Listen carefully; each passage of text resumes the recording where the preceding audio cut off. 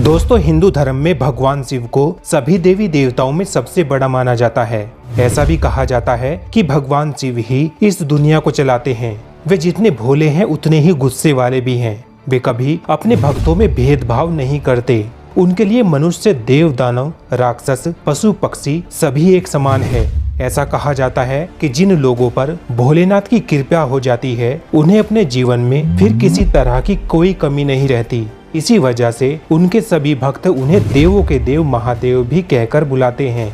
दोस्तों, भगवान शिव इंसानों के साथ साथ पशुओं व सभी जीव और वनस्पतियों के भी स्वामी हैं। यही कारण है कि शिव जी को पशुपति नाथ के नाम से भी जाना जाता है। दोस्तों, इसी नाम से पूरी दुनिया में एक ऐसा रहस्यमय मंदिर भी है जहां पर भगवान शिव स्वयं विराजमान है। इस मंदिर की मान्यता केदारनाथ धाम के समान ही मानी जाती है। दोस्तों, पिछले कुछ दिनों में पशुपतिनाथ मंदिर में कुछ ऐसी घटनाएं घट रही हैं जिन्हें लोग कलयुग के अंत और भविष्य मालिका की भविष्यवाणियों से जोड़कर देख रहे हैं। दोस्तों, नेपाल में स्थित इस मंदिर में मौजूद इस शिवलिंग में और यहाँ की परंपराओं और रीति रिवाजों में कई ऐसे रहस्य और कथाएं मौजूद हैं जिनके बारे में जानकर आपको काफी हैरानी होने वाली है। तो दोस्तों, चलिए जानते हैं आखिर कलयुग के अंत को लेकर की गई कौन सी भविष्यवाणी के इस मंदिर से संकेत मिल रहे हैं। दोस्तों, वीडियो शुरू करने से पहले आपसे एक छोटी सी रिक्वेस्ट है। यदि आपने अभी तक इस चैनल को सब्सक्राइब नहीं किया है तो चैनल को सब्सक्राइब करके नोटिफिकेशन बेल को ऑन कर लें, क्योंकि हम ऐसे ही सनातन धर्म से जुड़ी जानकारियां आपके लिए लाते रहते हैं। दोस्तों, पूरे विश्व में दो पशुपतिनाथ मंदिर प्रसिद्ध हैं। एक नेपाल के काठमांडू का और दूसरा भारत के मंदसौर का। दोनों ही मंदिर में मूर्तियां समान आकृति वाली हैं। नेपाल का मंदिर बागमती नदी के किनारे काठमांडू में स्थित है और इसे यूनेस्को की विश्व धरोहर में शामिल किया गया है। नेपाल में पशुपतिनाथ का मंदिर काठमांडू के पास देवपाटन गांव में बागमती नदी के किनारे स्थित है। मंदिर में भगवान शिव की एक 5 मुख वाली मूर्ति है। पशुपतिनाथ विग्रह में चारों दिशाओं में एक मुख और एक मुख ऊपर की ओर है। प्रत्येक मुख के दाएं हाथ में रुद्राक्ष की माला और बाएं हाथ में कमंडल मौजूद है। मान्यता है कि पशुपतिनाथ मंदिर का ज्योतिर्लिंग पारस पत्थर के समान है। कहते हैं कि ये 5 मुंह अलग अलग दिशा और गुणों का परिचय देते हैं। पूर्व दिशा की ओर वाले मुख को तत्पुरुष और पश्चिम की ओर वाले मुख को सदज्योत कहते हैं। उत्तर दिशा की ओर वाले मुख को वामवेद या अर्धनारीश्वर कहते हैं और दक्षिण दिशा वाले मुख को अघोरा कहते हैं। जो मुख ऊपर की ओर है उसे ईशान मुख कहा जाता है। ये चारों चेहरे तंत्र विद्या के 4 बुनियादी सिद्धांत हैं। दोस्तों, इस मंदिर में भगवान शिव की मूर्ति तक पहुंचने के 4 दरवाजे बने हुए हैं। वे चारों दरवाजे चांदी के हैं। पश्चिमी द्वार के ठीक सामने शिव जी के बैल नंदी की विशाल प्रतिमा है, जिसका निर्माण पीतल से किया गया है। इस परिसर में वैष्णव और शैव परंपरा के कई मंदिर और प्रतिमाएं हैं। पशुपतिनाथ मंदिर को शिव के 12 ज्योतिर्लिंगों में से एक केदारनाथ मंदिर का आधा भाग माना जाता है। दोस्तों, पशुपतिनाथ मंदिर के संबंध में यह मान्यता है कि जो भी व्यक्ति इस स्थान के दर्शन करता है उसे किसी भी जन्म में फिर कभी पशु योनि प्राप्त नहीं होती। हालांकि शर्त यह है कि शिवलिंग से पहले नंदी के दर्शन न करें। यदि वो ऐसा करता है तो फिर उसे अगले जन्म में पशु बनना पड़ता है। मंदिर की महिमा के बारे में आसपास के लोगों से आप काफी कहानियां भी सुन सकते हैं।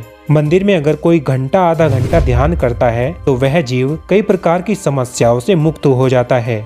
आइए अब बात करते हैं उस भविष्यवाणी की जिसके पूरे होने के संकेत इस मंदिर से मिल रहे हैं। दोस्तों, पशुपतिनाथ मंदिर के पूर्व में बागमती नदी के दाहिने किनारे पर विरूपाक्ष की एक मूर्ति स्थित है। विरूपाक्ष का आधा शरीर जमीन के अंदर और आधा शरीर ऊपर है। माना जाता है कि मूर्ति धीरे धीरे बाहर निकल रही है। ऐसा माना जाता है कि अगर पूरी मूर्ति बाहर आ जाएगी तो दुनिया तबाह हो जाएगी। विरूपाक्ष को कली भी कहा जाता है क्योंकि उसके पूर्ण उदय से कलियुग का अंत हो जाएगा। दोस्तों, जिन लोगों ने पहले इस मूर्ति को देखा है या यहाँ के स्थानीय लोगों का कहना है कि ये मूर्ति अब से कुछ साल पहले कंधे की ऊंचाई तक दबी हुई थी, लेकिन अब ये मूर्ति लगभग आधी से ज्यादा बाहर आ चुकी है, जिससे अब इस मूर्ति के केवल पैर ही जमीन में दबे दिखाई देते हैं। दोस्तों, विरूपाक्ष काठमांडू में स्थित किरात लोगों के पवित्र देवता है। जिन्हें प्राचीन नेपाल के किराती राजाओं द्वारा बनाया गया था, जिन्हें पूर्वज माना जाता है। इसे किरातेश्वर महादेव के नाम से भी जाना जाता है। किरात लोग विविध हैं और इसलिए उनकी मान्यताएं और देवता अलग अलग हैं। दक्षिण भारत में विरूपाक्ष के रूप में भी विरूपक्ष की पूजा की जाती है। दोस्तों, पशुपतिनाथ मंदिर हिंदू और बौद्ध वास्तुकला का एक अच्छा मिश्रण है। मुख्य पगोड़ा शैली का मंदिर सुरक्षित आंगन में स्थित है, जिसका संरक्षण नेपाल पुलिस द्वारा किया जाता है। यह मंदिर लगभग 264 हेक्टेयर क्षेत्र में फैला हुआ है, जिसमें 518 मंदिर और स्मारक सम्मिलित हैं। मंदिर की 2 स्तरीय छत का निर्माण तांबे से किया गया है, जिन पर सोने की परत चढ़ाई गई है। यह मंदिर वर्गाकार के एक चबूतरे पर बना है, जिसकी आधार से शिखर तक की ऊंचाई 23 मीटर से 7 सेंटीमीटर तक है। मंदिर का शिखर सोने का है, जिसे गजूर कहते हैं। परिसर के भीतर 2 गर्भगृह हैं, एक भीतर और दूसरा बाहर। भीतरी गर्भगृह वह स्थान है जहां शिव की प्रतिमा को स्थापित किया गया है, जबकि बाहरी गर्भगृह एक खुला गलियारा है।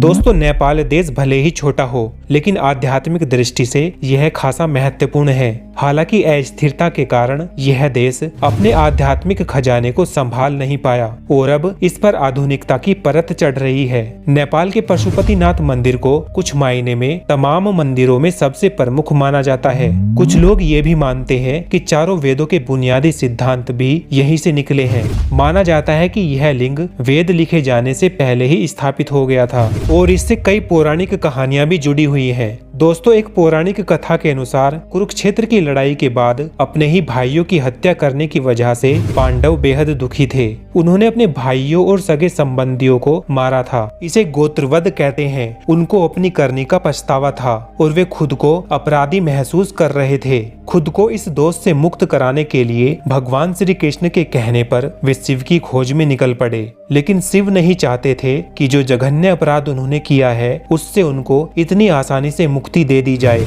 इसलिए पांडवों को अपने पास देखकर उन्होंने एक बैल का रूप धारण कर लिया और वहां से भागने की कोशिश करने लगे। लेकिन पांडवों को उनके भेद का पता चल गया और वे उनका पीछा करके उनको पकड़ने की कोशिश में लग गए। इस भागा दौड़ी के दौरान शिव जमीन में लुप्त हो गए और जब वह पुनः अवतरित हुए तो उनके शरीर के टुकड़े अलग अलग जगहों पर बिखर गए। दोस्तों, नेपाल के पशुपतिनाथ में उनका मस्तक गिरा था और तभी से इस मंदिर को तमाम मंदिरों में सबसे खास माना जाता है। केदारनाथ में बैल का कुबड़ गिरा था। बैल के आगे की 2 टांगे तुंगनाथ में गिरी। यह जगह केदार के रास्ते में पड़ती है। बैल का नाभि वाला हिस्सा हिमालय के भारतीय इलाके में गिरा। इस जगह को मध्य महेश्वर कहा जाता है। यह एक बहुत ही शक्तिशाली मणिपूरक लिंग है। बैल के सींग जहाँ गिरे उस जगह को कल्पनाथ कहते हैं। इस तरह उनके शरीर के अलग अलग टुकड़े अलग अलग जगहों पर मिले। दोस्तों, उनके शरीर के टुकड़ों के इस तरह बिखरने का वर्णन कहीं न कहीं 7 चक्रों से जुड़ा है। इन मंदिरों को इंसानी शरीर की तरह बनाया गया था। यह एक महान प्रयोग था। इसमें तांत्रिक संभावनाओं से भरपूर इंसान का एक बड़ा शरीर बनाने की कोशिश की गई थी। पशुपतिनाथ 2 शरीर का सिर है। एक शरीर दक्षिणी दिशा में हिमालय के भारतीय हिस्से की ओर है तो दूसरा हिस्सा पश्चिमी दिशा की ओर है, जहां पूरे नेपाल को ही एक शरीर का ढांचा देने की कोशिश की गई है। तो दोस्तों, ये थी पशुपतिनाथ मंदिर के बारे में भविष्यवाणी और इसकी पौराणिक कथा। आपको ये वीडियो कैसी लगी हमें कमेंट करके जरूर बताएं। मिलते हैं आपसे एक और नई जानकारी के साथ अगली वीडियो में। तब तक के लिए जय हिंद, जय भारत, जय श्री राम।